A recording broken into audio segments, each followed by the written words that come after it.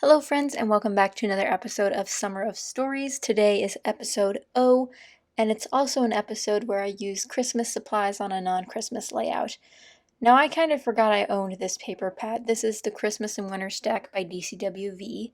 It's one of those really thin paper packs, like the ones you'd let your kids use for doing arts and crafts, just really thin paper, but I decided to start using it again.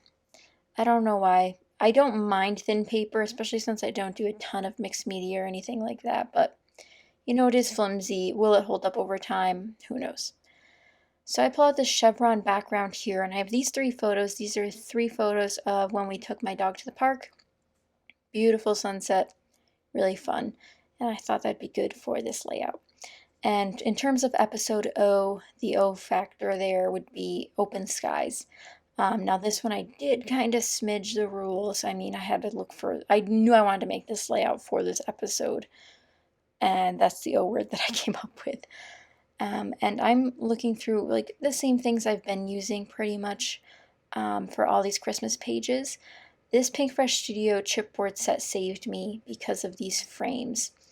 There were two main frames with gold foiling, and then there was one in between them that also had the blues in it, so I ended up using that scrap piece as well. And then the fancy pants tags that I've been using also have those nice blues and grays that I thought would work so well on this layout.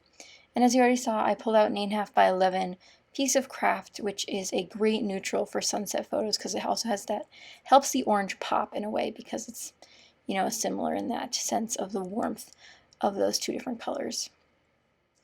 And I did use mostly Christmas items on this layout, but I did dive into some of the different just random bits and pieces on my desk and pulled out that butterfly from Paige Evans, the word blessed, which is from Jelly Bean Soup, and then the little happy tab is also from Jelly Bean Soup. So that's kind of my plan so far, is to glue these down. But I pulled off the frames and I haven't really put them down anywhere, so that will be the mystery. I grab a quick strip of washi tape. This one's just a geometric navy color, which is from Recollections, I believe. Oh, you know what? That one might be Heidi Swap. I believe I did buy a blue pack from Heidi Swap. I thought I might be able to use one of those washi strips I just showed, but none of them really matched the color or the theme I was going for on this page. And my photos are just going to go straight across. These are 4x6, so they fit perfectly. And here I go with my frames. And I decide to trim this one, so instead of having it overlap the craft paper, it sort of looks like it's tucked in, as opposed to going over the craft paper. So I just kind of like that look better. And here I'm trying to figure out what I want to do with the other ones. I decide to cut the light blue with the gold foil down. I really wish I went with this plan instead. I do end up switching it a little bit, I think. But I really wish I put the blue where it is in the top left. I think that would have worked better than what I end up doing, but I still love the way it turned out. It's the idea that really mattered to me because I really wanted to use these frames. And I know a lot of people struggle using frames because they often use them as frames, where here, I mean, you'll see in the end how it turns out, but I really wish I did this setup instead. But I definitely wanted to use all three of the frames on this layout. I knew it was going to be hard to use them otherwise. I find frames go really well together. You either need to use one frame or a bunch of frames, and here I end up using three and then separating them so it looks like it's more. So as I'm gluing everything down, some of this stuff will require dimensional adhesive. So since this phrase will be going over a piece of chipboard, the rest of it needs to be on dimensional adhesive so that it doesn't get crushed when it's put into an album. So I put that there. It covers a little bit of the photo, but it's a part I don't mind. And again, those all the tags on this layout are from that Fancy Pants Merry & Bright tag pack that I've been using. That seems to be never ending. I feel like I've used a bunch of these tags in July here, but I hope you guys have been enjoying the scrappy Christmas in July sort of stuff I've been doing. My whole How to Kill a Kit with Style kit was based around Christmas supplies, and I think I've delivered on some non-Christmas layouts with your Christmas supplies. And I hope it helps. I hope this gives you some ideas. I definitely think for like a blue one like this is definitely more wintry styled, but I know a lot of the different scrapbooking collections are now becoming more intuitive with those off colors. So now we get the mixes of the blues and the pinks and the mints and the teals all in our Christmas collections. So here's where I put that blue frame. I don't like it there, but it ends up working. It just looks like it's a layer behind the photos. And then this cute little butterfly, I put that on foam adhesive as well because it's going to tuck over a little bit onto that other chipboard frame. And that butterfly doesn't really serve a purpose. Butterflies remind me of parks. This was in the summertime. Butterflies equal summertime. And guess what? It was the perfect color. So that's why I really went with it. I tried to use a couple of these stickers. Again, these are just the tab stickers from Illustrated Faith that I have been loving. I think they're in my monthly favorites last month, which is fun. But I tried to use some of those. I did look around quite a bit for this layout. I thought that I'd have something that was outdoorsy that would match, but I was just coming up empty-handed. So it was nice to have these frames to kind of fill in the gaps that I thought this layout needed. Definitely didn't need a third frame, could have gotten away without using that, but I like the darkness it brings, and I did use this navy color and another smaller chipboard piece in the bottom right, so I definitely wanted to bring it back so I could get that contrast throughout the entire page. So you saw I selectively put foam adhesive around that to make sure that the parts overlapping the chipboard did not get an extra boost of foam.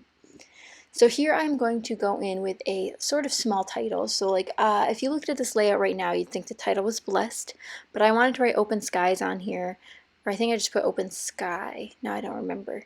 I thought I could use these. These are actually from the Pink Fresh Studio Holiday Vibes collection, but they weren't giving me the right feeling. It's like the wood grain was just not the right natural tone for this page. Here I pull out a couple stickers from this old Dear Lizzie sticker set that I've been neglecting. They're just a nice light blue with gold foil. I knew I wanted more gold foil. That is something I 100% knew because they're gold foil in the frames, the two on the right hand side that is. And so those help bring in a little bit more glitz of gold without going overboard or without diluting the whole layout and all of the gold that's already on it. I go through sticker books. I go through so much trying to find stuff to finish building out this layout. I often tend to over embellish when I'm trying to think of something else, like a title or about journaling or about placement. I'll often start over embellishing in case you guys haven't figured that out yet. That's one of my little tricks. Here I grab, I believe, the couple of stickers, some gold butterflies, which again, definitely didn't need them, but they're just so cute, and I really like the gold from this particular sticker book, and I've been having issues using the sticker book, so I'm really glad to be dipping into it again. And yes, I am breaking the rules about using Christmas product, but the Christmas product is the base, and I think that's the most important part, so mission accomplished. And if you guys haven't stopped by the blog already, go check it out so you can get the free download. Every time I've uploaded a process video this summer, you guys can find a free download over on my blog with a whole list of story starter ideas for you guys. And since it's episode O, they will all be related to the letter O. And if you guys are enjoying the free printables, please let me know either on my blog or here, because there's no way for me to track that if you guys are using it or not. But I did pour a lot of time into it, and I hope you guys are enjoying that simple book that you'll have at the end of the summer to look back on and get ideas from. And the fill in the blank spots, I thought that'd be very easy for you guys to, expand on your own ideas in your personal lives and locations and people and put them into the correct letter categories so you never forget little stories that you might want to tell. So after that over-embellishing sticker frenzy, I also looked through a ton of alphabet stickers and then decided upon these Ellie Studio ones. Now these are not brand new. I have had these probably since last Christmas and I haven't used them. I believe I got these during the Ellie Studio Black Friday sale. I'm almost positive because they were in with some other Black Friday stuff that I still hadn't touched. That's right, I don't touch new products very often.